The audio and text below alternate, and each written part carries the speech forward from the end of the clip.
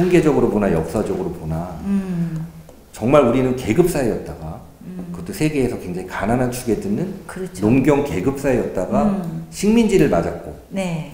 또 식민지가 끝나자마자 전쟁을 통해서 정말 폐허였는데 네. 이렇게 짧은 시간 안에 많은 국민들이 잘 살게 되고 배우게 된 데는 네. 그런 엄한 리더십이 있었기 때문이라는 이제 결론을 내렸어요. 아, 절대적으로 동감합니다. 근데 지금까지도 사람들은 그 네. 엄한 리더십과 네. 독재를 구분을 못하는데 맞습니다. 사실 이해가 안 가는 게 뭐냐면 대한민국 분들처럼 똑똑한 분들이 전 세계에서 많지 않아요. 네. 굉장히 많이 배우시고 현명하고 네. 개개인의 말씀을 들어보면 정말 이렇게 살이 밝으신데 맞아요. 왜 전형적인 독재 모델인 북계 바로 휴전선만 넘어가면 네. 있고 전 세계에서만 민주주의 중에 가장 그 허용치가 높은 나라가 지금 대한민국일 텐데 네. 왜 이런 나라에 살면서 엄한 것과 독재를 구분을 못할까? 라는 의문 지금도 가지고 있습니다. 그래서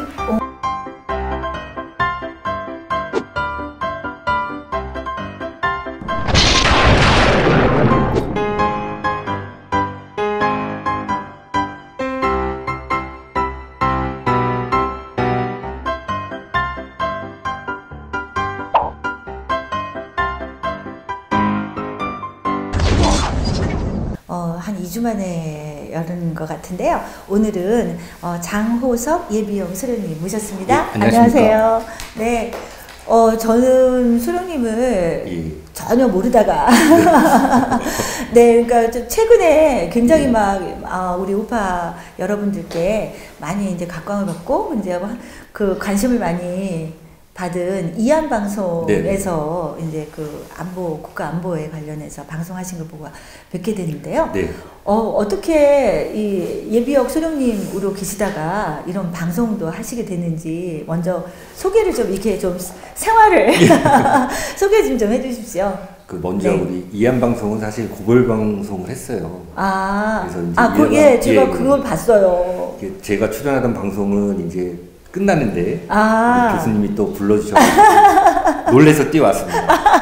감사합니다. 뭐 제가 방송을 그만뒀다고 해서 네. 국가안보에 관심을 끊는 건 전혀 아니고 네, 예. 워낙 어렸을 때부터 군을 좋아했고 아, 예. 그러면 진짜 어렸을 때부터 예. 꿈이 군인이 되겠다. 군인이었습니다. 저는 어렸을 때부터 계속 한 가지 꿈이 교사가 되겠다였거든요. 그렇죠. 저는 사연은 있어요. 왜 그러냐면 네. 제가 이제 그 외갓집이 네. 경기도 여주하고 양평하고 경계선인데 그 지역은 이제 해마다 봄이 되면 이제 한미 연합 훈련을 하는 그곳이 예, 그 지역이었습니다. 그러면 그냥 아주 그 훈련하는 아주 근사한 군인들을 그렇죠. 보고 그냥 꿈을 키우셨군요. 그래서 나도 어른이 되면 네. 군인이 되고 싶다라는 생각을 굉장히 많이 했었는데 네. 또 그 무렵에 몸이 굉장히 약했어요. 근데 저희 전혀 약하셨을 것 같지 않아요. 않아요? 어릴 적이죠. 그래서 이제 잔병 치레도 많고 그런 상황에서 아버님이 저한테 네. 저 녀석이 커서 군대나 갈 수 있을까라는 그 말씀을 정도로 많이 하셨습니다. 근데 네. 이게 이제 어린 마음에 네.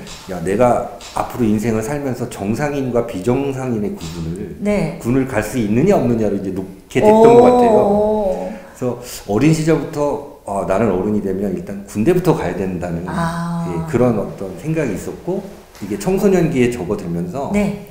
나는 군인이 되겠다라는 결심을 굳혔죠.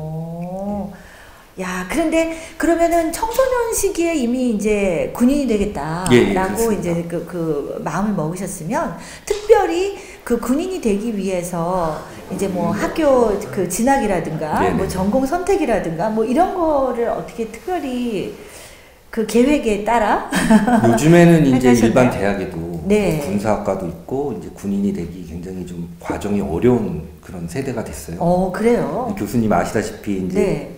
저는 80년대 끝물에 있는 그 학번인데 그러세요? 저희 때만 하더라도 직업군인을 지망하던 사람이 많지 않았습니다. 그렇죠. 그래서 좀 독특하게 주변에서 생각을 많이 했고 네, 예. 근데 사실 군인을 직업으로 생각하는 사람이 특별한 준비라는 거는 없고 건전한 상식 네. 그 다음에 이제 애국심이 기본이 되고 그렇죠. 네, 어떤 애국심.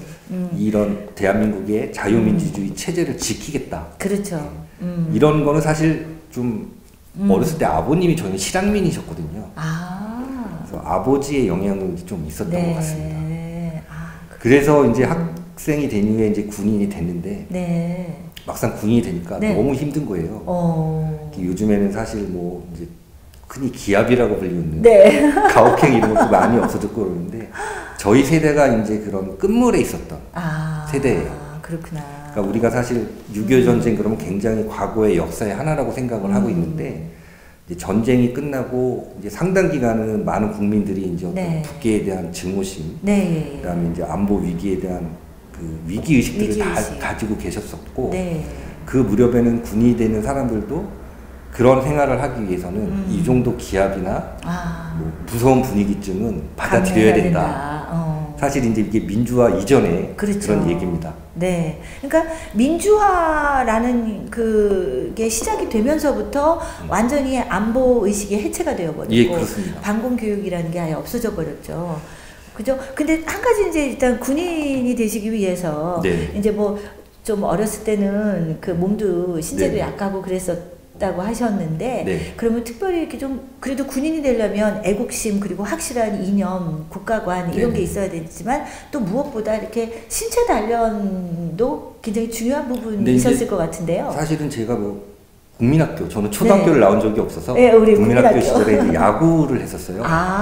그걸로 진학은 안 했지만 야구를 했었고. 그러면 벌써 기초 체력이 아주 뭐 단련이 잘 되셨... 그러니까 공차고 뛰어다니는 걸 좋아했으니까. 네. 그러면 군인이 저는 군인이 이렇게 되는 거는 뭐 육사만 그 생각을 했었는데 아까 ROTC라고 하셨는데 그러면은 그냥 일반 대학에 그렇습니다. 그럼 전공을 뭘 하셨나요? 저는 이제 경제학을 했는데.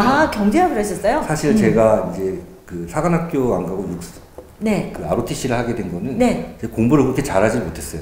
그래도 사관학교가 굉장히 굉장히 그때는 상위 그룹만 갈 수 있었고 그래서 이제 일반 대학에 진학을 했는데 거기 보니까 이제 직업군인이 되는 과정이 있더라고요. 그래요? 군 장학생이라고 지금도 있습니다. 군 장학생? 그래서 소정에 이제 그 테스트를 통과하면 군에서 4년간 장학금을 받게 되고 졸업하면서 이제 직업군인의 길을 걷게 되는. 그렇게 가신 거예요? 그렇게 그러면? 갔습니다. 또 아버지가 굉장히 또 이제 저한테 차가우셨거든요.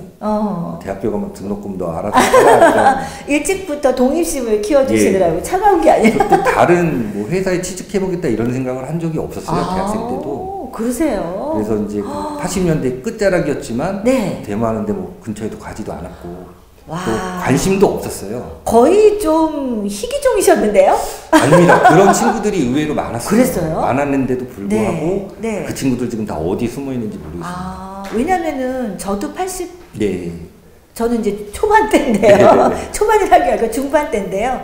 그때 우리 막 민주화 운동 막 시작이 되면서 그때만 해도 굉장히 군을 그 타도에 대해서 우리 군부 독재 타도가 그때가 모토였고 그 민주화에서 가장 일단 척결의 대상이 이제 군이고 또 그게 굉장히 폄하하고 이러던 시절이었기 때문에 완전히 군장학생으로 그렇게 대학을 진학을 하고 이러기는 거는 그렇게 쉽지 않았던 것 같아요 그 당시에. 근데 이제 제가 세상에 좀 눈을 뜨게 된 계기는 제가 이제 중학생 고등학생 이럴 때 사실 만화책을 굉장히 좋아했어요. 만화책. 만화책, 만화 가게도 참 많이 가고. 그 다음에 이제 만화가 이제 사실은 명락 만화도 시작을 해서 이제 역사 만화, 무협지, 전쟁 만화 이런 걸 보게 됐는데. 저도 이제 고등학교 다닐 때 서울 시내에 이제 학교를 다녔기 때문에 수시로 뭐 대학생 당시 형들이 주장하는 얘기들, 유인물을 준 거를 뭐 길에서 읽어도 보고. 근데 저는 이제 한 가지 고등학교 때 의문점이 하나 있었어요. 대한민국 굉장히 자유롭고 민주적인 것 같고 국회의원을 뽑든 대통령을 뽑든 다 선거를 하는데 도대체 뭐가 독재라는 걸까? 그런 하나의 미약하나마 좀 의문점이 있었거든요. 독재라는 거에 대해서. 그래서 보통 독재 그러면 뭐 국민한테 투표권도 주지 않고 뭐 일하러 안 가거나 학교를 안 가면 뭐 엄청난 제재가 있어야 되는데 뭐 요즘에도 그렇지만 그 당시에도 각계각층 다 나름대로 재밌게 살았어요. 그럼요.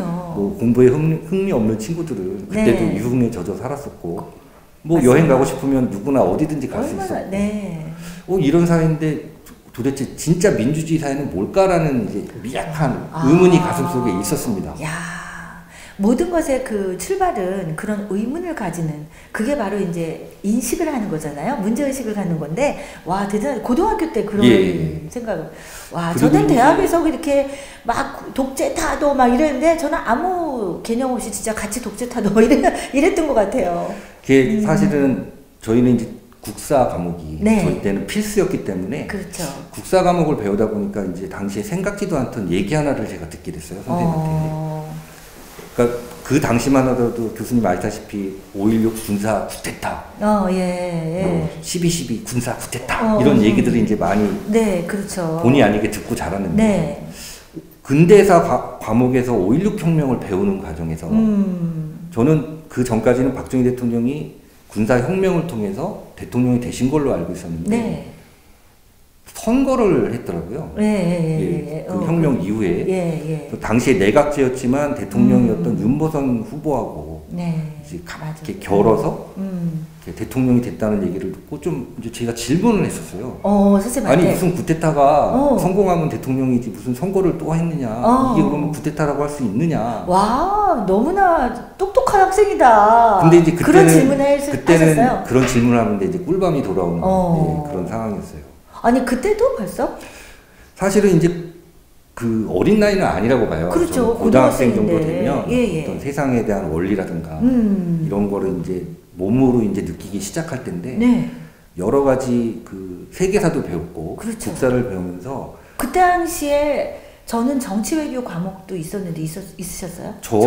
정치 외교는 아니고 저희 때는 경제. 사회 과목도 있었고 지리, 역사. 근데 역사가 세계사하고 국사로 구분돼 있었죠. 그렇죠. 그거는 하여튼 고교 시절에는 그런 약간의 어떤 가치관의 혼돈이잖아요. 그렇죠. 제가 생각한 바와 들리는 얘기에서 오는 약간의 이제 오차. 굉장히 비판적인 사고를 잘하고 있는 아주 우수한 학생이었네요. 그렇진 않았습니다. 우수한 학생이라고 말씀하시면 제 고등학교 동창들이 제가 지금 봤을 때는 그런 사고, 그런 질문을 던질 수 있다는 것이 지금 얘기하는 이제 비판적인 사고를 가진 우수한 학생이고 그 당시에 우리가 우수한 학생이라고 하는 거는 암기를 잘해가지고 그 점수를 잘 맞는 그런 학생이었죠. 근데 암기를 하는 과정에서 이제 그런 의문이 있었죠. 그러니까. 그게 아주 우수한 학생이었어요. 그래서 지금도 사실은 그때 품었던 의문점 사실은 아직도 해답을 못 찾았습니다. 그렇죠. 왜 그러냐 하면 저는 고등학생 때 가졌던 그런 몇 가지 의문이 아직도 누구 한 명 저한테 명확한 해답을 제시해 주질 못했는데 근데 스스로 발견하셨잖아요. 지금까지 살아오는 나머지 시간 동안은 그게 굉장히 그 역사와 헌정 질서를 어지럽힌 군사 쿠데타라는 얘기들을 강요받고 살았거든요. 그렇죠. 그다음에 박정희 대통령에 대한 재발견인데 저 국민학교 4학년 때 박정희 대통령이 돌아가셨습니다. 그렇겠다. 지금은 아마 유명한 영화 배우가 죽지 않으면 많은 이제 젊은이들이 슬퍼하지 않을 텐데 사실 1979년 그 당시에는 국민학생이던 저부터 온 국민이 슬퍼하고 정말 이제 아파했는데 그렇죠. 그때도 이제 사실 좀 궁금한 건 있었어요. 내가 한 번도 뵙지 못한 분이 돌아가셨는데 왜 이렇게 다 울고 국가가 추모 분위기인가. 근데 당시에 이제 지금도 기억나는 건 뭐냐 하면은 우리나라가 굉장히 가난했다. 너무 어렵고 힘들었고 이 가난한 게 어떤 생활을 해감에 있어서 우리가 선택할 수 있는 그런 정도가 아니라 절대적인 빈곤이었다는 거잖아요. 그렇죠. 지금도 생각나는 게 뭐냐면은 제가 이제 우리 이한방송 출연하면서 몇 번 얘기한 것 중에 우리 때는 왜 등록금이라는 게 없었고 국민학교에는 육성회비라는 게 있었는데 그게 1년치가 6,400원이었어요. 맞아요. 그러면 나 때보다 올랐다. 그때 5,900원이었던 것 같아, 저는. 6,400원은 그 당시로서도 사실은 큰 금액은 아니었다는 생각이 드는 이유가 저희 아버님 당시에 그때 직장을 다니셨는데 아버님 직장 상사나 이런 분들이 이제 집에 오시면 저한테 한 보통 2-3천 원 정도는 용돈으로 주셨던 시대이기 때문에 좀 부유하셨다. 아니 근데 사실 2-3천 원 그러면 크게 쓸 돈은 없었어요. 과자가 뭐 그때 2-300원 그때는 제가 어렸을 때는 진짜 10원짜리가 지폐였고 그렇죠. 50원짜리, 100원짜리가 지폐였습니다. 그 1,000원짜리는 굉장히 큰 돈이었는데요. 아니 그래도 나름? 당시 아버지가 저한테 이제 담배 심부름 시키시는데 그때 아버님이 피셨던 담배가 300원이었거든요. 그럼 200원 남은 걸로 제가 아이스크림 사 먹고 과자 사 먹던 시대였기 때문에 아, 정말이에요. 근데 그때는. 그걸 못 낸 학생들이 네. 저는 또 서울에서 자랐는데도 네. 반에 여럿 있었어요. 한두 명이 맞아요. 아니라. 네. 그리고 이제 국민학교 고학년이 되면서 도시락을 싸가지 않습니까? 네. 그때만 하더라도 도시락을 못 샀던 맞아요. 그런 친구들이 있어서 같이 나눠 먹고 이제 이랬었던 그렇죠. 시절이 있어요. 네. 제가 또 한 교실에 그냥 예, 인원수가 그렇죠. 빽빽하게. 예, 맞습니다. 70명씩. 70명, 80명 막 우리는 그랬는데. 이제 그런 시대를 저는 어린 시절 겪었고. 그렇죠. 사실 대한민국이 잘 살기 시작했다는 체감을 하게 된 거는 제가 사실 20대 중후반부터였어요. 네, 88 올림픽 이후. 예, 이후에. 네. 그 20대 중후반부터 어떤 일들이 있었냐 하면 저는 이제 당시 군인이었지 않습니까? 네. 이제 2-4달에 한 번씩 외박이라는 걸 나와서 친구들을 만나면 네. 그 전에 저희 친구들 보면 그 집이 이렇게 어려운 집 애들도 아닌데 네. 뭐 버스 정류장에 왜 포장마차 같은 데서 까치 담배를 사서 피고 그 다음에 호프집에 500cc 한 잔 500~600원 먹고도 외상도 하고 그랬던 맞아요. 시절인데 어느덧 보니까 굉장히 부유해진 거예요. 네, 세상이. 맞아요. 풍족해졌어요. 예. 그 다음에 이제 저 같은 경우 군 생활하면서 뼈저리게 느꼈던 게 뭐냐면 제가 소위 때 네. 이제 갓 졸업하면 처음 받는 장교 계급이 소위인데 소위 때와 중위 때가 굉장히 급여 차이도 났고 그 다음에 이제 사병식당이나 이제 장교들이 가는 간부식당이 네. 메뉴가 이제 현실화되기 시작했다고 해야 되나 햄버거 같은 것도 먹기 시작을 했고 예. 그 다음에 이제 휴가를 가면 보통은 그 집안에 이제 옛날에는 농사 짓는 집들이 네. 많으니까 네. 제가 데리고 있던 동료들이라든가 이제 부하들이 휴가를 갔다 오면 농사를 돕고 왔다는 일들이 많았는데 네. 어느 틈엔가 제가 20대 후반 중대장 할 때가 되니까 여행들을 다니는 거예요. 맞아요. 예. 그리고 그 당시만 해도 이렇게 학생들이 특히 네네. 해외여행 간다는 거는 그렇죠. 정말 거의 없었는데요. 그러니까 저 때만 하더라도 물론 일부 계층에서 네. 어학 연수나 여행을 가는 사람도 있었는데 네. 그때 제 기억으로는 아마 대학교 총장님 허가가 있어야 네, 그런 정말 여건이 어려웠어요. 발급됐다고 생각을 해요. 네, 예. 그러니까 교수님이나 저 같은 요 세대들이 그렇죠. 대한민국이 굉장히 어려웠던 시절부터 도약 단계, 네, 그걸 그 다음에 경험했어. 지금 이 상황까지. 네. 근데 맞습니다. 우리가 사실은 제대로 말을 안 하는 거는 반성해야 됩니다. 맞습니다. 네. 이렇게 많은 사람들이 그런 어두웠던 거에 대해서 네. 고의적이든 뭐 일부러든 네. 기억을 안 하려고 하는 것 같아요. 그렇죠. 그래서 저도 아까 그 박정희 대통령에 대한 제 발견에 네. 대해서 이렇게 얘기를 하셨는데 저는 이제 그 민주화 막 네. 이렇게 바람이 일어나면서 그 박정희 대통령을 완전히 이제 군부 독재 네네. 그걸로 이제 밀어붙이는 그 한참 그 작업이 일어난 네. 때였는데 박정희 대통령에 대한 그냥 맹목적으로 그래 맞아 독재자야 뭐 이 장기 집권했던 뭐도 그리고 군부이기 때문에 군인이었기 때문에 그런 독재를 했다. 마연이 그렇게 해가지고 학창 시절을 다 지내고 그냥 사회에 나왔고 박정희 대통령에 대해서 그게 아니었구나라고 생각하는 거는요. 대학 얼마 안 됐어요. 몇 년 안 됐어요. 그러니까 탄핵 사태가 일어나기 한 2년 전인가 그 코이카 네. 국제협력 네, 봉사단. 거기에서 지금 그 개발도상국 한 7개 국가에서 그 교육 공무원들이 이제 한국의 네. 고등교육 그 시스템을 네. 배우기 위해서 왔는데 그 사람들이 하나같이 박정희 대통령의 네. 그 새마을운동을 얘기를 하는 거예요. 그렇죠. 그래갖고 새마을운동에서 개정 중에 이 한국이 이렇게 발전을 그 전쟁의 폐허에서 이렇게 눈부신 발전을 급속도로 이룰 수 있었던 거는 이제 박정희 대통령이었는데 네. 그 중에서 제일 중요한 게 하나가 교육이었다. 네, 그래서 그렇습니다. 교육 제도를 우리가 배우러 왔다. 예. 그래서 그때서야 맞아 그랬지. 네, 하고 이렇게 생각을 하게 됐어요. 근데 그런 독재라는 개념이 네. 저는 사실 고등학교 3학년을 거치면서 네. 박정희 대통령을 이해하기 시작했어요. 너무 재밌는 일환데 빠르셨다. 예. 저는 사실 고등학교 3학년 때 네. 저희 담임 선생님이 저희 고등학교 선배님이셨어요. 근데 근데 왜 남자 학교다 보니까 네. 선배님에 대한 어떤 교사보다 더 큰 네. 그런 어떤 두려움 이런 게 있지 않습니까? 예. 근데 저희 담임 선생님이셨던 우리 고등학교 선배님은 네. 하여튼 저희 머리를 거의 뭐 삭발에 가깝게 자르게 하시고 매질을 하시면서 저희를 공부를 시켰거든요. 네. 그러다 보니까 저 같은 중하위권 애들도 대학에 진학을 했는데 저희 옆에 바는 그 선생님이 후에 나중에 문제가 된 교사 조직에 가신 분인데 네. 그 반은 굉장히 민주적인 반이었어요. 뭐 때리지도 않았고 공부하라고 혼내지도 않았고 10시, 11시까지 자율학습을 강요하지도 않았습니다. 근데 사실은 그 반 친구들한테는 미안하지만 네. 제가 나온 그 무서웠던 선배님이었던 저희 반과 네. 그 반은 진학률이 거의 더블 차이가 났어요. 맞아. 그래서 과연 이게 엄한 것과 그렇죠. 독재를 우리가 구분할 수 있는 능력이 대한민국 국민들한테 있는가. 그렇죠. 네. 자, 두 번째로 또 제가 경험한 건데 네. 제가 중대장 할 때입니다. 예.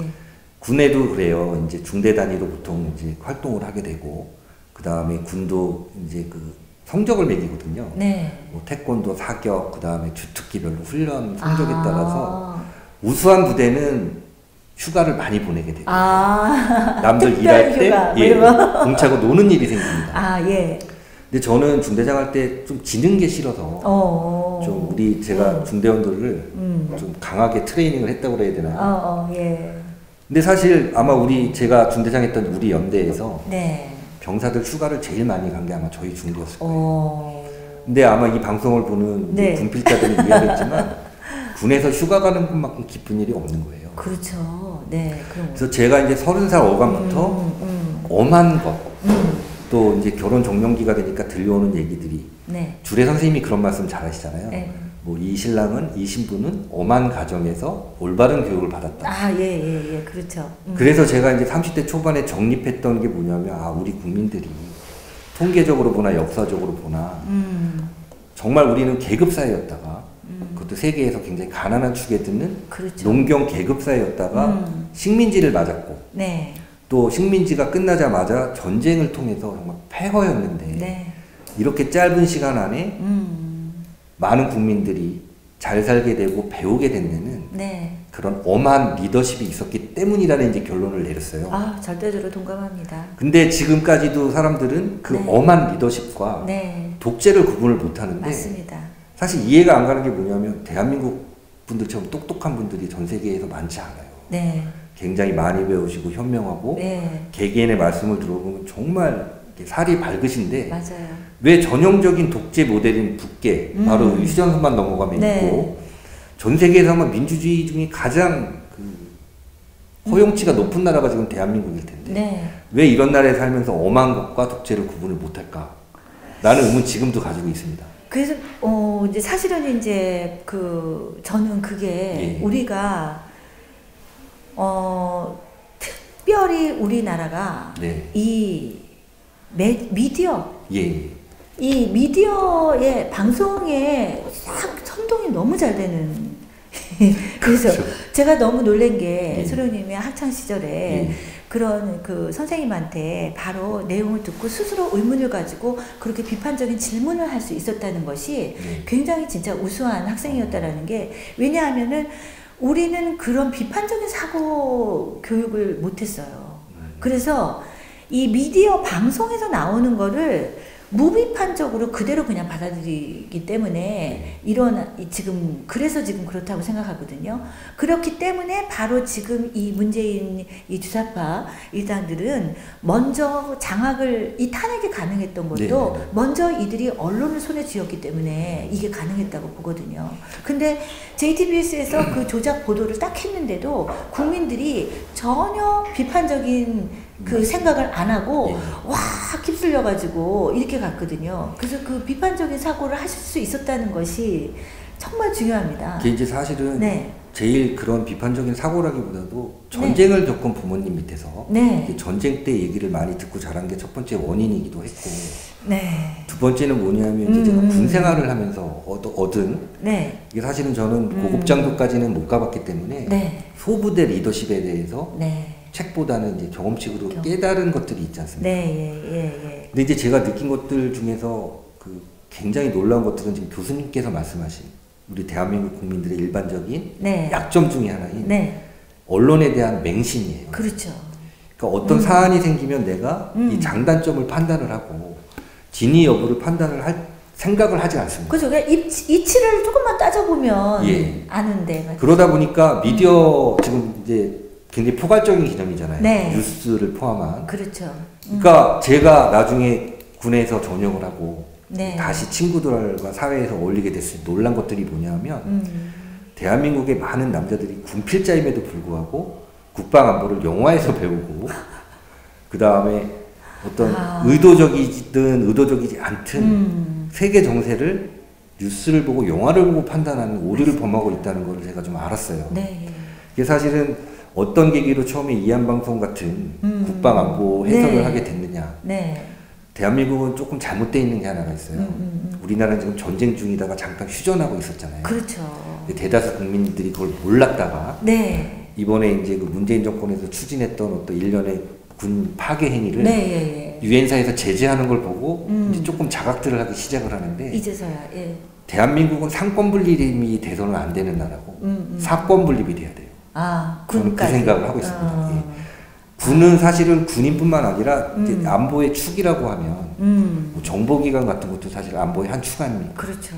그래서 정부와 사법부와 그다음에 입법부 그다음에 이 체제를 유지하는데 반드시 필수인 국가 보위기구인 군과 이것도 분리가 된다는 제가 생각을 해요.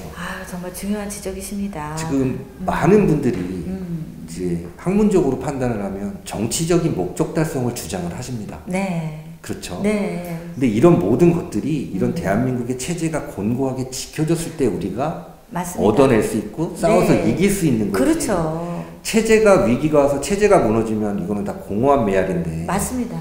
네. 이런 부분에 너무 간과들을 하고 있고 네. 또 영화나 미디어를 통해서 얻게 된 지식으로 국방 안보를 판단하는 것에 놀래서 그렇죠. 사실은 처음 마이크 앞에 서게 됐었어요.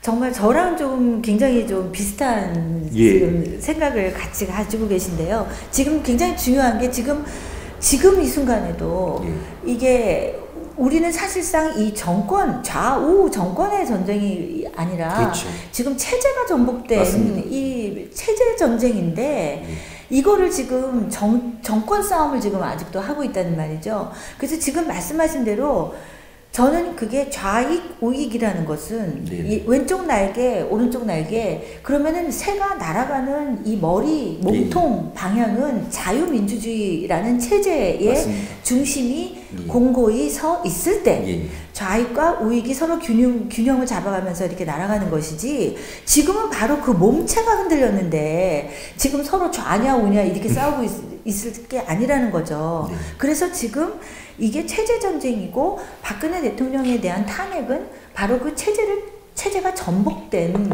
핵심적인 사건이라는 거죠. 네. 그래서 우리는 지금 저 소령님이 그때 뭐 방송에서 그 말씀을 하셨다고 하는데 이 체제를 끌어내리지 않는 한 우리가 다시 체제를 찾아오지 않는 한 맞습니다. 지켜내지 않는 이 정권 하에서는 박근혜 대통령의 그 석방이나 요원을 할 수밖에 없습니다. 여태까지 재판과 선거 전부 했는데 얼마나 기울어진 이게 법치가 지금 붕괴되어 있는 상황인데 그리고 그러니까 어떻게 보면 우리들은 제가 이제 전쟁의 비유를 한번 해볼 거예요. 전쟁이라는 거는 일반인들이 생각하면 뭐 탱크가 등장하고 전투기가 등장하고 계속해서 뭐 폭발을 하고 이렇지만 수많은 국면의 연속이에요.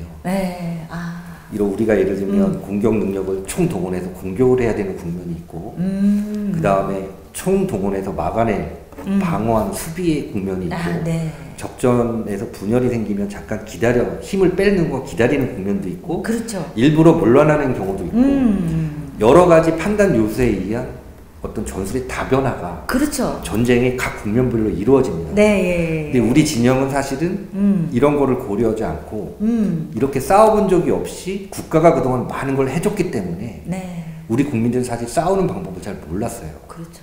그러다 보니까 이런 특히 우파라고 하시는 분들은 각 국면별로 우리가 이런 역량을 모아서 그러니까 힘을 쏟아야 될 때 물러서야 될 때 이런 조절을 못하고 우리는 무조건 지금까지 돌고갑하고만 해오다 보니까 그 과정에서 내상을 너무 많이 입었고 또 검증되지 않은 전략 전술 이런 것들을 좀 무대뽀로 한번 시도해 보다가 저들에게 어떤 기선을 좀 뺏긴 건데 네. 아직 전쟁은 끝나지 않았습니다. 맞습니다. 하나의 지금도 국면이고 네. 태극기가 휘날리고 있고 대한민국은 아직 끝나지 않은 상태예요. 네. 그래서 지금부터라도 그렇죠. 우리가 심기일전하면 충분히 이길 수 있는 싸움이거든요.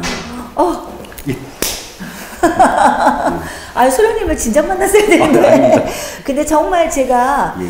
그 지금 국면이라는 전쟁은 곧 국면이다. 국면의 그러니까, 연속. 그렇죠. 국면의 연속이기 때문에 우리가 지금 처한 국면이 어느 국면인가 그거에 따른 전략 전술을 이렇게 다채롭게 우리가 적절하게 이제 변화하면서 우리가 이렇게 능동적으로 유연하게 이렇게 투쟁을 해야 되는데 이제 제가 이제 그거를 우리가 지금 우파 이제 대한민국을 자유민주주의를 지키려고 하는 우리 투쟁은 사실 부인하려고 해도 어쩔 수 없는 게 지금 태극기 태극기 그렇죠. 집회입니다. 태극기 처음에 이제 탄핵 국면에서 우리가 국가 위기를 느끼고 나온 분들이거든요. 네, 그렇습니다. 근데 이 태극기 집회가 저는 이렇게 국면이 변하고 있다는 거를 보고서 네. 우리가 지금 여기 이 이슈로 뭉쳐서 태극기 집회를 하고 우리 진정한 대한민국 국민의 여론이 이것이다 라는 거를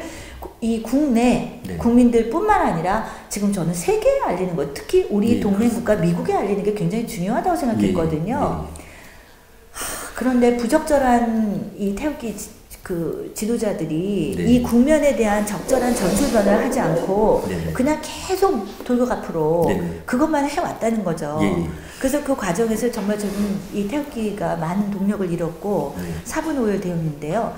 좀 이 전술 면에서 이제 일단 그 방송을 그래서 이제 시작을 하셨는데 저는 이 전쟁에서 특히 우리가 그 언론의 선동으로 시작된 이 전쟁이 그 언론의 난이라고 우리가 얘기할 정도로 이 언론으로 시작이 된 이 전쟁, 이 체제 전쟁이기 때문에 이 지금 우리의 언론의 역할이 굉장히 중요하다고 생각합니다. 그래서 이제 아까 방송을 이제 시작하시게 된 계기가 이제 그거였는데 조금 이 방송을 하시면서 우리 지금 이 전쟁에, 이 체제 전쟁에 있어서 이제 느끼신 점. 우파 우리 특히 이제 전략 전술 부분에 있어서 좀 얘기 좀 해주시죠. 사실 이제 우리가 살고 있는 민주주의 사회는 가장 대표적인 특징 중에 하나가 다양성의 사회고 또 제가 이 대한민국에 사는 50여 년을 살아오면서 느꼈던 것 중에 지금도 변함없는 사실은 대한민국은 굉장히 인재들이 많이 있어요. 네, 많습니다. 근데 이 인재들을 총괄해서 지휘할 수 있는 대한민국의 브레인이 있었던가라고 그러면 박정희 대통령 이후로는 사실 조금 회의적이었습니다.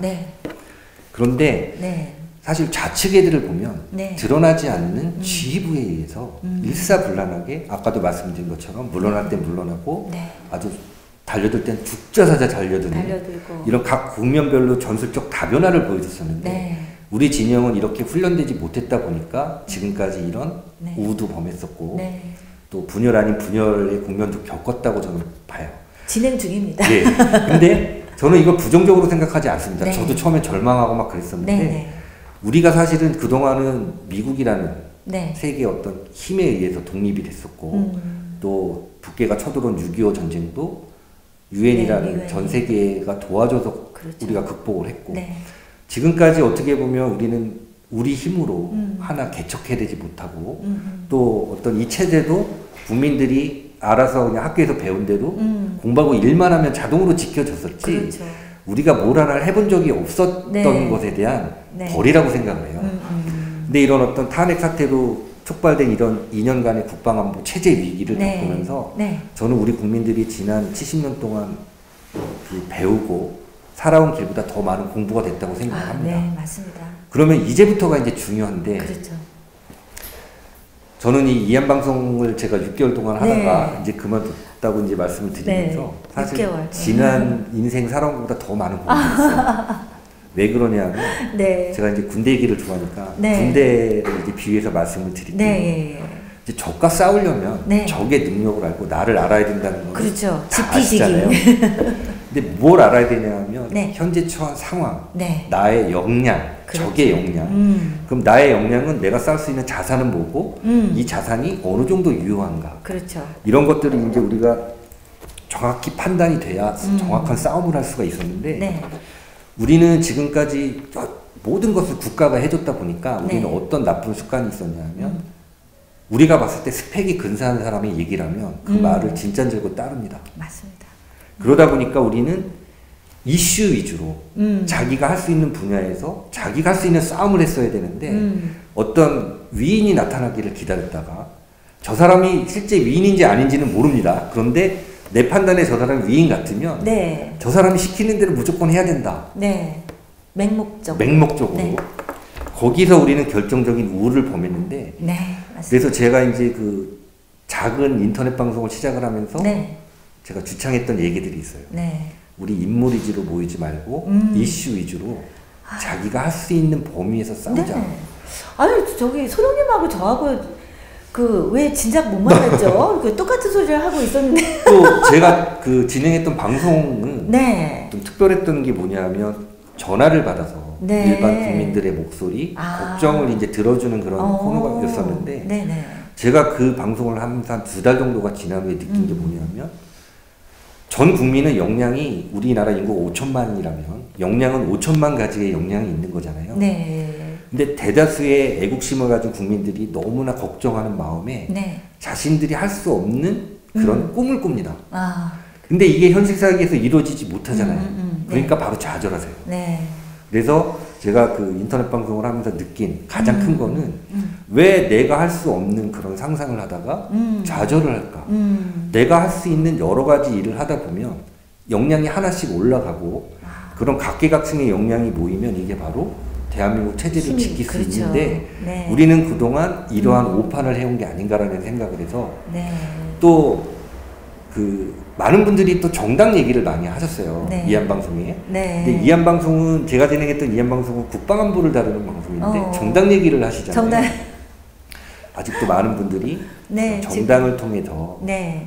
어떤 이런 국가 위기를 해결하고자 하시는 그런 생각을 하셨다는 걸 제가 느꼈고. 네. 근데 현안을 보면 많은 선진국들을 보면 어떤 올바른 여론과 싸울 능력이 구비된 시민단체를 네. 정치권이 따라오는 경우가 굉장히 많았어요. 그렇죠. 근데 우리 같은 경우도 이런 태극기 국민들의 열망과 네. 이런 할 수 있는 능력을 정당이 쫓아온 게 아니라 우리가 오히려 정당에 못 쫓아가서 안달이 됐던 그런 오류를 맞습니다. 범했습니다. 네.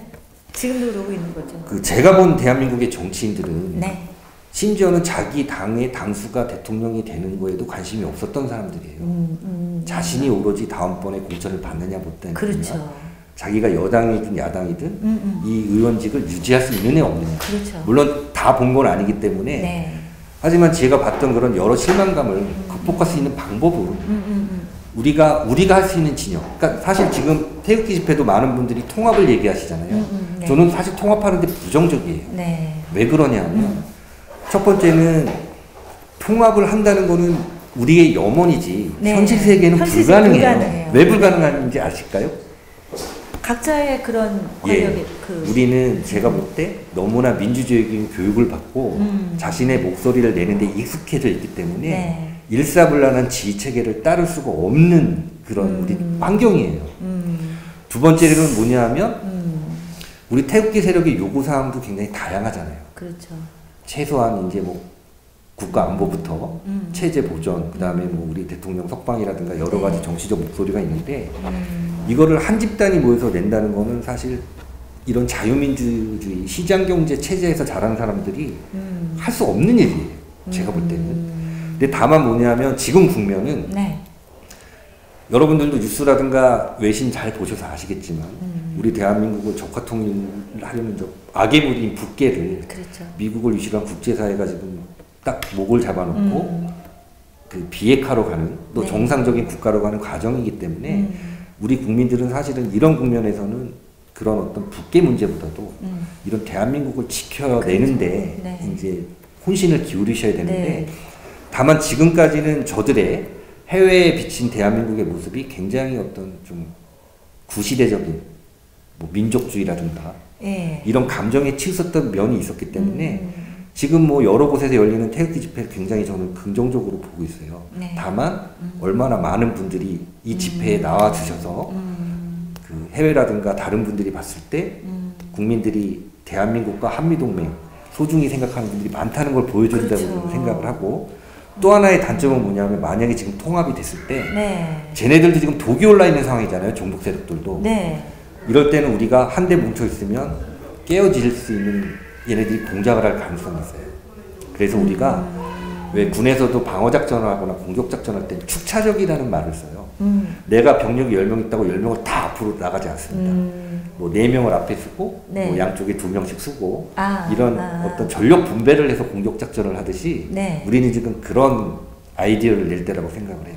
그래서 저는 그 부분에서 네. 저는 그 말씀하신 대로 네. 우리 지금 우파 태극기 집회에 그게 이제 지금 문제가 이 좌파 애들은 네네. 딱 이념을 중심으로 네네네. 뭐 기꺼이 뭐 옷도 그냥 딴 옷을 그렇죠. 입더라도 뭉치거든요. 네. 네. 그런데 우리는 이제 인물 중심으로 했단 말이죠. 그래서 이렇게 했는데 저는 태극기 집회가 지금 통합이 안 되는 이유는 네. 태극기 집회가 이 정치인들의 싸움에 대리 전쟁화. 예, 그렇게 되어 버렸기 때문에 지금 뭉치지 못하고 있는데 지금은 이 정권 다툼이 아니라 네. 지금은 나라의 체제를 지금 지켜야 맞습니다. 되는 체제 전쟁이기 때문에 지금은 이게 우리 국민들이 태극기 동력이 이 정치인들의 정쟁에 우리가 휘말리지 말고 우리가 그 정치인의 수하로 들어가는 것이 아니라 태극기가 자 우리 태극기 국민들이 우리 자유민주주의 대한민국을 지키기 위해서 원하는 것은 이런 사안들이다.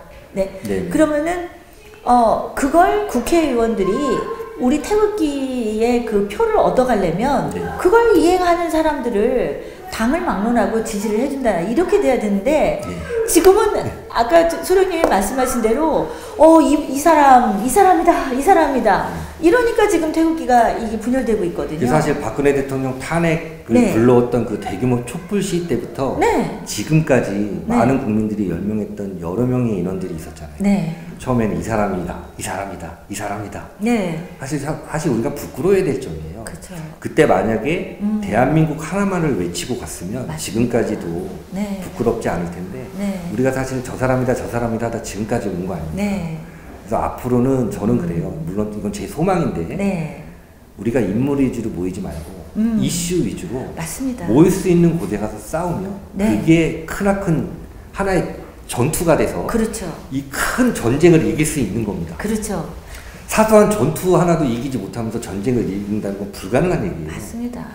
그래서 지금 이제 이슈로 예. 우리가 투쟁해서 이제 전력을 집중해서 네, 그 이슈별로 투쟁을 해야 된다. 근데 지금 저는 가장 중요한 이슈는 지금 이게 한미 동맹을 지키는 것. 그래서 왜냐하면 이자들이 이 국내 정치로는 뭐 대통령까지 네. 그 대통령 자리를 이제 침탈을 한 것이기 때문에 네. 다 이제 국내 정치 체제로서는 이제 뭐 다 했고 네. 마지막 남은 것이 이제 김정은과 이 평화쇼까지도 다 됐고 네. 국내적으로는 한반도적으로는 이제 마지막 남은 게 이제 주한미군 철수이기 때문에 네. 지금 이제 지난주부터 네. 극렬하게 네. 아주 반미 집회 혐오스럽게 그러니까 혐오감을 느껴서 아이 하고서는 이제 맞습니다. 정말 가게 이제 그렇게 되면서 그래서 우리가 지금 집중해야 될 이슈가 바로 한미 동맹을 지키는 네, 맞습니다. 예, 그래서 이게 진정한 대한민국 그 국민들의 네네. 염원이다. 네. 그리고 이제 사실상 문재인이 우리 진정한 대한민국의 군통수권자가 될 수 없는 맞습니다. 예, 이적 세력이다라는 거를 우리가 해줘야 되겠죠. 예. 그래서 사실 그때 이제 지난주 11월 4일날 예. 있었던 이제 그런 부분에서 그 이슈를 네. 좀 더 이렇게 우리 네, 안보 네. 측면에서 좀 시각에서 좀 얘기를 해주시죠. 그 이제 대한민국의 어떤 지금 잘 산다는 네네. 이거를 한마디로 이제 하면 번영을 이룬 건데. 네. 어떤 저런 북괴 같은 전 세계에서 가장 호전적이고 국가 전체가 군사 집단인 네. 집단과 대치를 하면서 이런 번영을 이룰 수 있었을까? 네. 여기 사실은 우리가 명쾌한 해답을 알고 있으면서도 외면한 점이 있어요. 네. 여러분 북계 같은 경우는 대한민국 이 체제하고 경쟁을 하다가 네. 쟤네들이 군사 부분에서 완패한 체제예요. 네. 왜 그랬냐 하면 우리 국민들이 정말 열심히 일한 거 맞습니다. 네. 그렇게 해서 벌어들인 돈을 우리는 어떻게 했느냐? 학교 세웠고 공장 세웠고 기업을 만들었어요. 그렇죠. 그 기업들이 계속해서 파생 효과로 국가를 키워왔고 네. 국방은 사실은 미군이 맡아줬다 해도 과언이 아닐 정도로 그렇죠. 미국이 지금까지 비용 부담을 해줬습니다. 그렇죠. 그런데 북계는 어땠냐 하면 여러분들 아시다시피 주체사상이라는 게 그 핵심은 뭐냐면 중국과 소련 사이에서 네. 휘둘리지 않겠다는 게 이제 주체사상인데 그러다 보니까 얘네들은 조금 돈 버는 거는 전부 무기에 투자하고 군사력에 투자하다가 80년대 정도에 얘네들이 이미 기울기 시작을 했어요. 그쵸. 사실 1974년도부터 대한민국이 북계의 경쟁력을 앞지르기 시작했습니다. 네. 근데 이런 체제에 대한 어떤 우리는 사실은 고마움, 첫 번째가, 네. 두 번째가 반성. 그래야 이제 미래를 논할 수가 있는 건데. 그렇죠. 그렇죠. 지금도 우리는 북계 몇 조를 퍼주고 몇 천억을 퍼주는 걸 아주 쉽게 얘기하면서 미군이 대한민국을 지금 70여 년 가까이 지켜주고 비용 네. 부담을 해왔는데 네. 예. 지금 요즘에 아마 이슈가 그럴 거예요. 이제 그 대한민국에 있는 미군의 주둔 비용 협상이 지금 아마 7차례 이루어지고 있는 걸로 알고 있는데 아직 결론이 안 났습니다. 예. 여러분도 주둔 비용이라는 게 뭐냐 하면 미군이 대한민국에 주둔하면서 네. 뭐 무기를 사거나 뭐 월급을 달라는 돈이 아니라 네, 네. 몇만 명의 미군이 주둔하면서 쓰게 되는 전기세, 수도세, 그렇죠. 그다음에 뭐 차량을 유지하기 위한 기름 사들이고 이런 거를 이제 흔히 기업에서 경상비라고 해요. 그 경상 비용을 1조 8천억 정도 쓰고 있는데 미국 측에서? 아니 총 규모가. 총 규모가. 네. 처음에는 이제 미군이 전액 부담을 하다가 네. 최근에 이제 우리가 한 8천억에서 9천억 정도 부담을 하고 있어요. 그러면 이렇게 6.25 전쟁으로 70년 가까이 안보 무임승차를 해왔고 그렇죠. 그 안보에 써야 될 돈을 기업과 교육에 투자를 해서 이렇게 잘 살게 됐는데 그렇죠. 이거를 우리가 안 주려고 좀 하는 모습은 사실 부끄러워야 되는 모습이에요. 그렇죠. 네. 그래서 이런 어떤 북계가 대한민국의 어떤 그 가장 위협이 됐던 북계를 미국과 서방이 제압을 해가는 과정에 네. 우리 국민이 그럼 어떤 역할을 해야 될 것이냐. 네. 우리가 물론 몽둥이를 들고 북계 어떤 저런 호전 세력을 응징했으면 좋으련만 그러지 못했다면은 우리는 응원을 해야 되고 도와줘야 되지 않습니까? 그렇죠. 그게 바로 우리 대한민국 체제를 유지하는 맞습니다. 거고. 네. 근데 우리는 이런 사소한 거에서 어떤 사실이 아닌 선동에 넘어가고 네. 반미를 부르짖고 주체를 부르짖잖아요. 네. 이게 얼마나 어리석은 건지 네. 이걸 언제쯤 알게 될까요?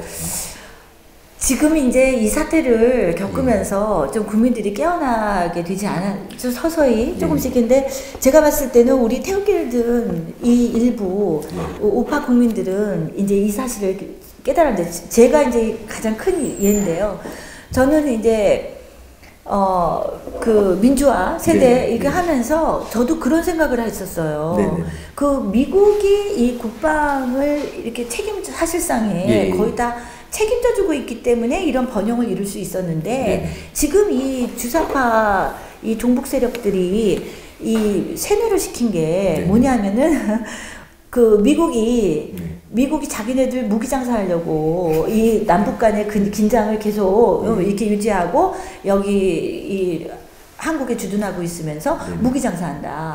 뭐 저도 그렇게 생각했어요. 그렇게 해가지고 진짜 미국을 제거하고 미국의 손해에서 우리가 미제국주의에서 그 벗어나서 우리끼리 그래서 햇볕 정책을 지지하고 저는 그렇게 생각했어요. 저도 그 민주화 세대의 그 맹점이 그거였거든요. 근데 그거를 깨달은 게 이제 지난번에 아까 말씀드린 그 코이카 그때서야 이 전말이 그러면서 이 민주화의 그 음모가 무엇이었는가 그걸 이제서 이 탄핵 때에서야 비로소 깨달았다고요. 그러니까 저 같은 국민들이 지금 많이 생겼다고 생각해요. 이 탄핵 국면에서. 그래서 그게 저는 하나님께서 우리 대한민국을 살리시려고 주신 기회라고 저는 생각을 하는데요. 그래서 지금 문제는 저는 이 사실을 지금 이제 그 미국의 그 국방의 기초가 있었기 때문에 우리가 이런 번영을 이룰 수 있었다라는 사실을 지금은 우리가 이 방송을 통해서 네. 또 여러 가지 그 소스를 통해서 네. 촛불을 들었던 국민들, 네. 우리 지금 이 민주화 세대, 네. 그 사람들이 지금 이 기득권 그렇죠. 장악하고 있기 때문에 지금 이게 가능했지 않습니까? 그걸 해야 된다고 생각이 듭니다. 근데 이제 저는 사실 어떤 이런 촛불 세력들이 얘기하는 네. 우리가 종북이라고 정의한 자들이 얘기하는 민족과 자주라는 개념을 네. 우리가 한번 실생활에 대입해볼 필요가 있다고 생각해요. 예. 우리가 어렸을 때 교수님 생각나시죠? 전국이 일일 생활권이다. 네. 어떻게 보면 지금 세계도 일일 생활권처럼 돼가고 있잖아요. 그렇죠. 또 웬만한 국민들이 지금 해외여행 자유화되니까 안 가본 나라가 없고. 네. 그러면 우리가 전 세계를 살아가면서 지금 이런 민족이란 개념, 네. 외국 가면 차별 안 하잖아요. 그렇죠. 다 글로벌 한 식구. 네. 자, 우리 주변에 만약에 이런 사람들, 우리 친구들 중에 네. 야, 나는 전주이씨 무슨 공파야? 맨날 그런 소리를 한다. 그 친구랑 놀기 싫을 것 같아요. 맞아요. 네. 그 다음에 자주란 말도 되게 웃기는 말인데 한 사람이 남의 전혀 참견을 받지 않고 스스로 밥 먹고 산다. 이거를 경제 용어로는 자급자족이라고 합니다. 그렇죠. 예. 그러면 지금의 세상은 모든 국가라는 담이 허물어져서 네. 교역이라든가 교류 이런 것들이 자유화된 세상인데 이런 세상의 민족을 얘기하고 자주를 얘기하면은 우리가 이 의학용어도 있지 않습니까? 히키코모리. 예, 그렇게 살아야 되는 건데 네. 왜 그런 민족이라든가 자주라는 말이 취해서 넘어갈까? 이게 맞습니다. 사실은 우리가 좀 뼛속 깊이 새겨야 되고 그 다음에 지금의 세상은 예전에 어떤 뭐 중세시대라든가 근세에는 보면 막 전쟁을 통해서 정치적인 목적을 해결하려고 했는데 지금은 전 세계에 전쟁에 관심 있는 나라가 별로 없어요. 그렇죠. 그러다 보니까 지금은 다자간 지역 안보 체제라는 안보 프레임이 있습니다. 전 세계 어느 나라든 자국 독자의 힘으로 남의 나라를 쳐들어갈 수 있는 군사력을 유지하는 나라가 별로 없어요. 네, 예. 그러다 보니까 몇 개 나라가 지역의 안정을 위해서 군사력을 합쳐야 되는 그런 세상으로 가고 있고 그렇죠. 예. 그런 군사력에 써야 될 돈을 그 나라의 보편적 가치인 자유라든가 인권에 네. 할애를 하고 있는 세상이고 네. 또 자유라든가 인권을 향상하기 위해서 교역을 하고 있는 세상이잖아요. 그렇죠. 그러면 우리도 어떤 이런 측면에서 보면 미국 같은 세계에서 가장 큰 시장을 가지고 있고 소비력을 갖고 있는 나라. 지금 저도 예전에 미국에 좀 가봤지. 네. 딱 한두 번 가봤는데 네. 한국 자동차 보면 가슴 찡하고 그렇죠. 많은 분들이 LG나 삼성 헤드폰 들고 있으면 눈물 나잖아요. 맞아요. 근데 우리가 미국에서 들여오는 무기 장사한다? 얼마나 될까요? 그러니까요. 교수님 그거 아세요? 전 세계에서 1년에 거래되는 무기의 총량이 네. 장난감 시장의 3분의 1밖에 안 돼요. 아, 그래요. 무기 장사가 그렇게 떼돈 버는 장사가 아니에요. 그렇죠. 예.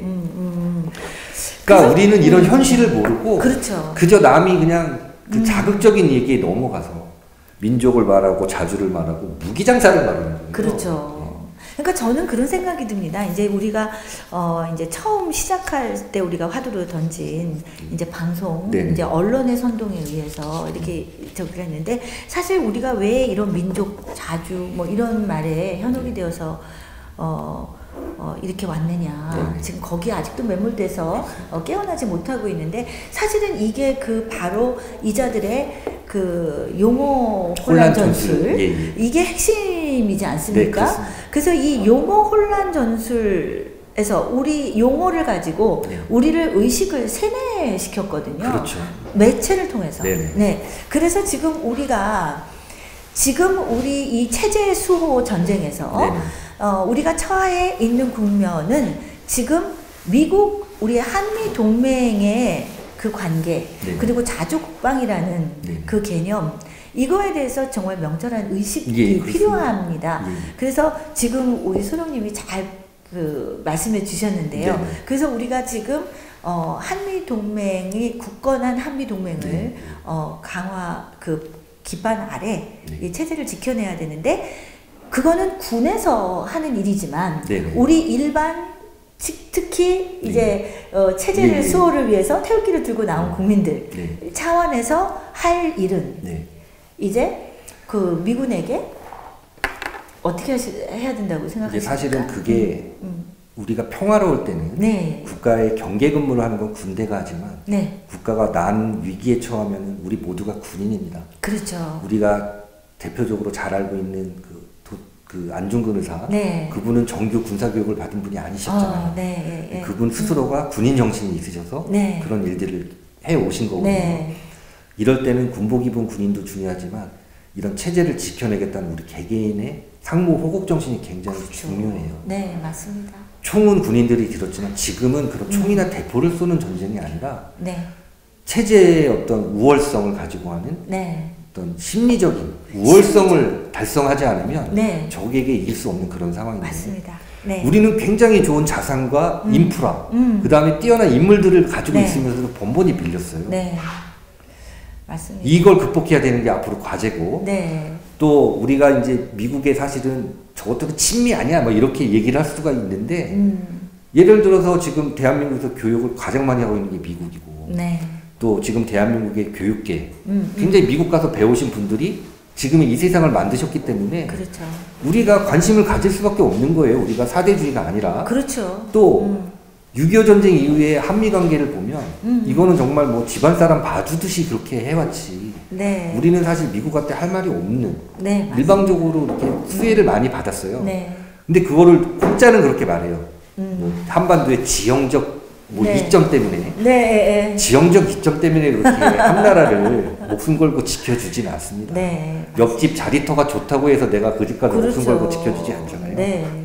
그래서 이런 것들이 바로 이제 뭐냐면 우리가 그동안 이해하지 못했던 사상적 가치가 아닌가. 네. 자유민주주의, 시장경제를 지켜주고, 네. 또 저는 이제 신자는 아니지만 네. 우리 교수님이 말씀하시는 기독교적 가치관을 맞습니다. 지켜주기 위해서 네. 미국이 지금까지 이렇게 일방적으로 키다리 아저씨 노릇을 했다면 네. 우리가 적어도 내부에 발생한 이 바이러스 같은 네. 우리가 스스로 극복해내고 네. 진정한 친구로 나아갈 수 있는 준비를 해야 되는 기간이고, 그렇죠. 네. 또 지나간 어떤 이 괴로운 것들.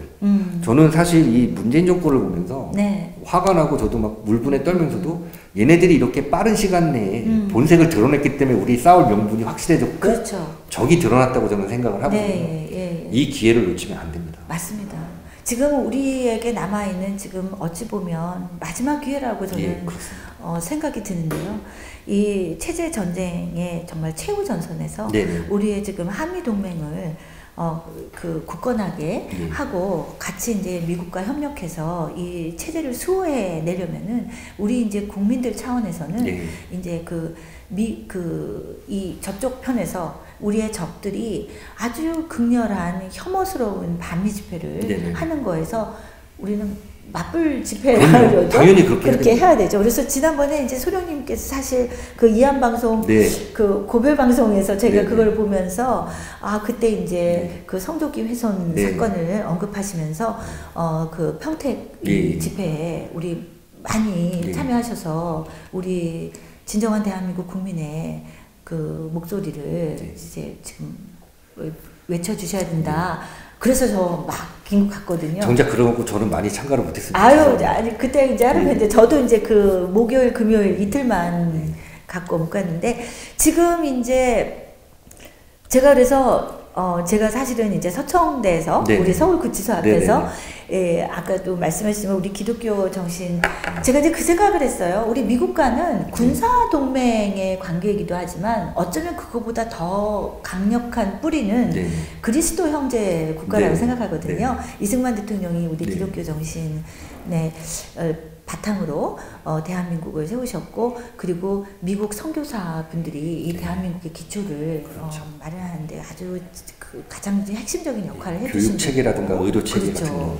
그래서 우리 초대 국회가 이제 네네네. 하나님께 대한 감사기도로 우리가 시작을 했을 정도로 그래서 지금 바로 이 순간 최후 전선인 한미동맹을 네. 지키려고 하기 위해서는 군사동맹 간의 관계 그리고 무엇보다 그리스도 형제 네. 국가의 관계 그래서 이제 제가 그 한반도 완전 정화를 위한 한반도를 장악하고 네. 있는 이 악의 세력들을 척결하기 위한 그 기도 찬양회를 서청대에서 하다가 이번 주부터 바로 전격 평택 K형 KBS 서울로 옮겼습니다. 네. 그래서 이제 지금 우리가 어떻게 해서든지 이 유튜브 방송 또 우리 뭐 집회라든가 네. 모든 그 루트를 통해서 이제 미국에게 알리고 또 우리 국민들 그 반미 집회하는 거 뭣도 모르고 그렇죠. 그런 방송을 해야 될 텐데요. 어떻게 이한방송 고별 방송 하셨는데요. 앞으로 지금 방송으로 정말 이 우리 한미동맹 이런 관계 지켜가는 거 그 많이 교육을 해주셔야 될 텐데요. 앞으로 계획이 어떠신가요? 그 계획보다도 저는 사실은 방송 체질은 아닌 것 같아요. 너무 잘하시는데요? 필드에 나가서 뛰어야 될 체질인데 저는 사실 6개월 방송하는 동안 하루하루 굉장히 난처했었습니다. 근데 물론 내부적인 이 방송 자체 플랫폼 때문에 지금 방송을 중단을 했고 그렇지만 이제 앞으로 계획이랄까 지금 생각하는 거를 한 2가지 정도 말씀드리겠습니다. 그 여러분들 이렇게 북괴 같은 호전적인 집단하고 대치를 하고 있는 나라에서는 군인들은 전쟁이 났을 때 총칼을 들고 싸우지만 이렇게 대남 공작이 발현했을 때는 국민 개개인이 내가 군인이라는 생각을 가지고 싸우셔야 돼요. 그렇죠. 자, 한참 공부하고 자라야 될 그 어린애들이 사상의 불쏘시개가 되어서 세계의 보편적 가치를 질서와 가치를 주도하고 있는 미국에 어떤 굉장히 그 남을 모독하는 행위들 이거 이제 반미운동으로 보고 있는데 지금까지는 우리가 반간접적인 입장이었어요. 우리는 흔히 태극기를 밟기만 해도 화를 내는데 미국 국민들은 국기에 대한 어떤 애틋함, 그 사랑이 우리 국민보다 10배는 큰 분들인데 성조기에 불을 태우고 훼손하는 건 굉장히 제가 볼 때는 어떤 자주운동이 아니라 모독행위예요. 그렇죠. 그래서 우리는 사실 그 현장에서 오영국 대표님이 말씀을 하시던데 앞으로 성조기를 훼손하는 우리는 너희들의 사상적 고향인 북괴 인공기와 김정은 사진을 10배로 훼손하겠다 이런 얘기를 했습니다. 저는 굉장히 좋은 아이디어라고 생각했어요. 그래서 우리가 이들을 지금 가르치고 교화시켜서 끌고 가기엔 지금 다급한 상황이에요. 국면이 그래요. 그렇죠. 이럴 때는 우리도 좀 그 충격요법을 써서 이것들을 최대한 억제하면서 우리는 유튜브 방송이라든가 각종 집회 정말 열심히 참여해서 우리 한미동맹을 중요시하고 대한민국이 정말 전 세계에서 가장 못 배웠고 가난했던 나라에서 이렇게 세계 중진국가가 될 수 있도록 도와줬던 미국을 비롯한 우방에 대한 감사한 마음이 있다는 거를 우리가 표시할 수 있는 국민이 돼야 됩니다. 그래서 이제 방송에서 그런 국민 의식을 많이 이렇게 좀 일깨워 주시고요. 그건 제가 할지 안 할지 모르겠는데 사실 지금 제가 이한방송 중단한 것 때문에 내일 아침 일찍 대선배님한테 좀 불려가요. 아마 혼날 것 같은데. 그 이후에 왜냐하면 정말 지금 소룡님 같은 분이 방송을 해주시는 게 굉장히 중요한 이유가요. 지금 금방 말씀하시던 중에 언급하신 것처럼 지금은 총칼을 들고 싸우는 그런 전쟁이 아니라 사실상은 이 미디어 언론을 통한 이 사상전이지 않습니까? 그렇기 때문에 이런 그런 군사적인 그 우리 작전 훈련, 뭐 작전 이런 전략 전술 이런 거를 인식하고 잘 꿰뚫고 계신 분들께서 이 언론을 매체를 통해서 이 국민들의 의식을 이 사상으로 무장할 수 있게 이끌어 주시는 것이 굉장히 중요하다고 생각합니다. 그래서 이제 저보다도 저는 이제 박정희 대통령 말씀을 마지막으로 한번 더 드려야 될 거는 우리 이제 60년대 5.16 혁명을 통해서 우리 대한민국 급격하게 발전을 할 때 내세웠던 운동이 새마을운동이잖아요. 새마을운동의 3대 기치가 근면자조 협동. 제가 볼 때는 박정희 대통령께서 그 당시에 판단했을 때 대한민국의 그 3가지가 가장 부족했기 때문에 그 3가지를 내걸었다고 생각을 하거든요. 제가 볼 땐 지금도 그래요. 맞습니다. 우리 국민들 특히 애국운동 하신다는 분들 많이 게으르시고 우리 스스로 해내려는 의지도 없고 더군다나 제일 문제가 협동을 하지 않으세요. 맞습니다. 제2의 새마을운동. 그 다음에 저는 박정희 대통령의 유신 헌법 그 저는 굉장히 대한민국의 어떤 발전에 크게 기여했다고 생각하거든요. 제가 이런 말하면 또 혼날 수도 있는데 신유신론이 나와야 되고 그렇지 않으면 대한민국은 역사의 한 페이지가 될 뿐이지 우리의 소중한 후손들과 함께 역사를 더 도모할 수 없는 상황에 이를지도 모릅니다. 확실한 거는 맞습니다.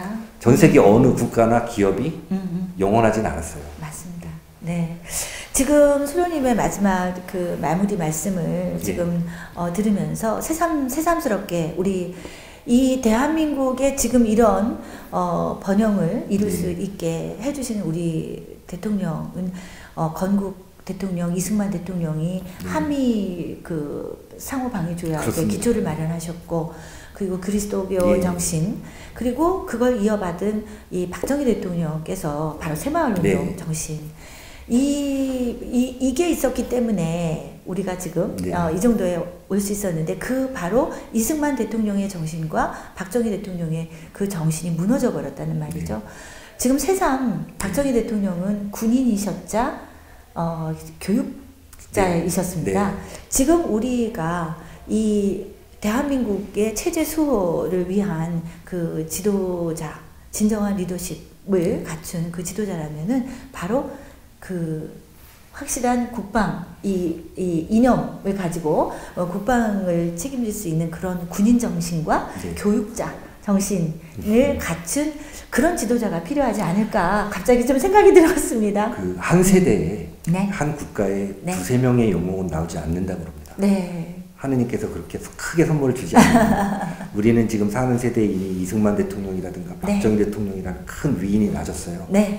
더 이상 개인적인 위인은 나지 않을 거로 저는 보는데, 제3의 위인이 있다면 이 방송을 보고 계시는 여러분 자신입니다. 여러분 중요한 말씀. 혼자가 이렇게 자조하지 마시고 상무호흡 정신을 함양하시고 어떤 글로벌 마인드를 가지시면 여러분이 바로 제3의 대한민국 구하신 위인이 되시는 겁니다. 네, 정말 중요한 말씀이십니다. 결국 지금 이 위기에서 우리 자유민주주의 대한민국 체제를 수호할 분은 우리 국민 한 사람 한 사람입니다. 그래서 지금 새마을운동 모든 우리 국민들이 새로이 다시 새마을운동 정신을 마음에 새기고 나 혼자서 뭐 되겠느냐라는 생각이 아니라 나 한 사람만이라도 그런 정신으로 이 구국의 길에 나서시면 정신무장을 하시고 그러시면 우리 할 수 있어요. 그죠? 할 줄 몰랐던 거지 할 수 있는 역량은 충분합니다. 그래서 우리 정말 희망이 보입니다. 우리 이 전쟁의 전 국면을 꿰뚫고 계신 우리 소령님께서 너무나 좋은 충고를 해주셨고요. 그동안 우리가 여기까지 왔던 그동안의 우리의 이제 오류가 어디에 있었는지, 그리고 어떻게 우리가 그 전술을 전략 전술을 수정해서 승리로 갈 수 있는지 오늘 정말 좋은 말씀 해주셨습니다. 마무리 그냥 또 마무리 발언 한마디로만. 우리 역사를 보면 한두 명의 위인에 의해서 극복된 역사보다 대다수의 국민이 정말 단결하고 국가와 체제를 지키겠다고 나섰을 때 우리나라를 지킬 수 있었어요.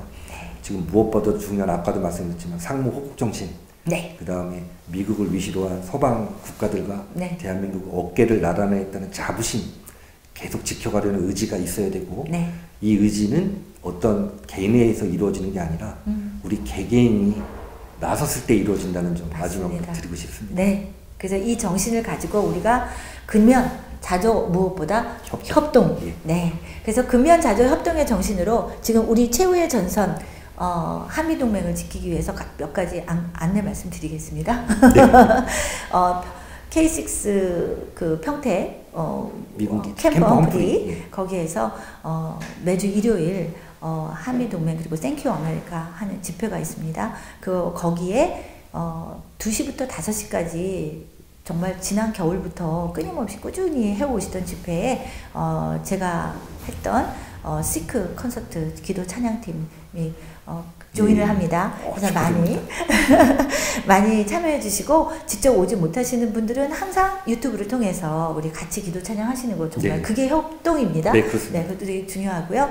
그 다음에 이번 주 토요일 집회 때부터 저기 미 대사관 앞에서 제가 이제 땡큐 아메리카 그리고 또 지금 우리 이 진정한 대한민국 국민의 소리를 전달하는 기자회견을 할 생각입니다. 이게 바로 외교관 100명이 해내지 못하는 해내시는 거예요. 그게 지금 제일 중요한 것 같아서 이번 주 토요일부터 한 4시경이 될 것 같아요. 3시 반에서 4시경에 기자회견을 하고, 그리고 이제 행진 하고 이제 그러려고 하는데 거기도 많이 참여를 해주시고요. 매주 목요일 4시부터 6시까지 미디어워치에서는 끊임없이 또 각 미 대사관 앞에서 기자회견 그 집회를 오고 있었습니다. 네네. 그래서 그것도 많이 관심을 가지고 그래서 지금 여러분들께서 우리 이슈 중심으로 네, 뭉쳐야 된다는 거. 예. 네, 그래서 지금 한미 동맹 수호 그것이 네. 곧 자유민주주의 체제를 수호하는 예. 길입니다. 체제를 네. 수호하지 못하면 그 어떤 목적도 달성할 수 없습니다. 맞습니다.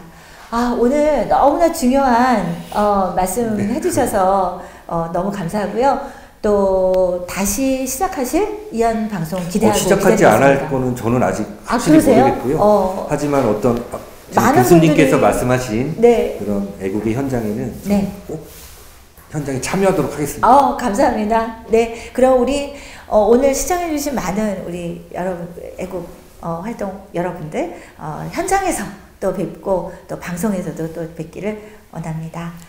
불러주셔서 감사합니다. 감사합니다. 감사합니다. 네, 끊겠습니다. 하나, 둘, 셋.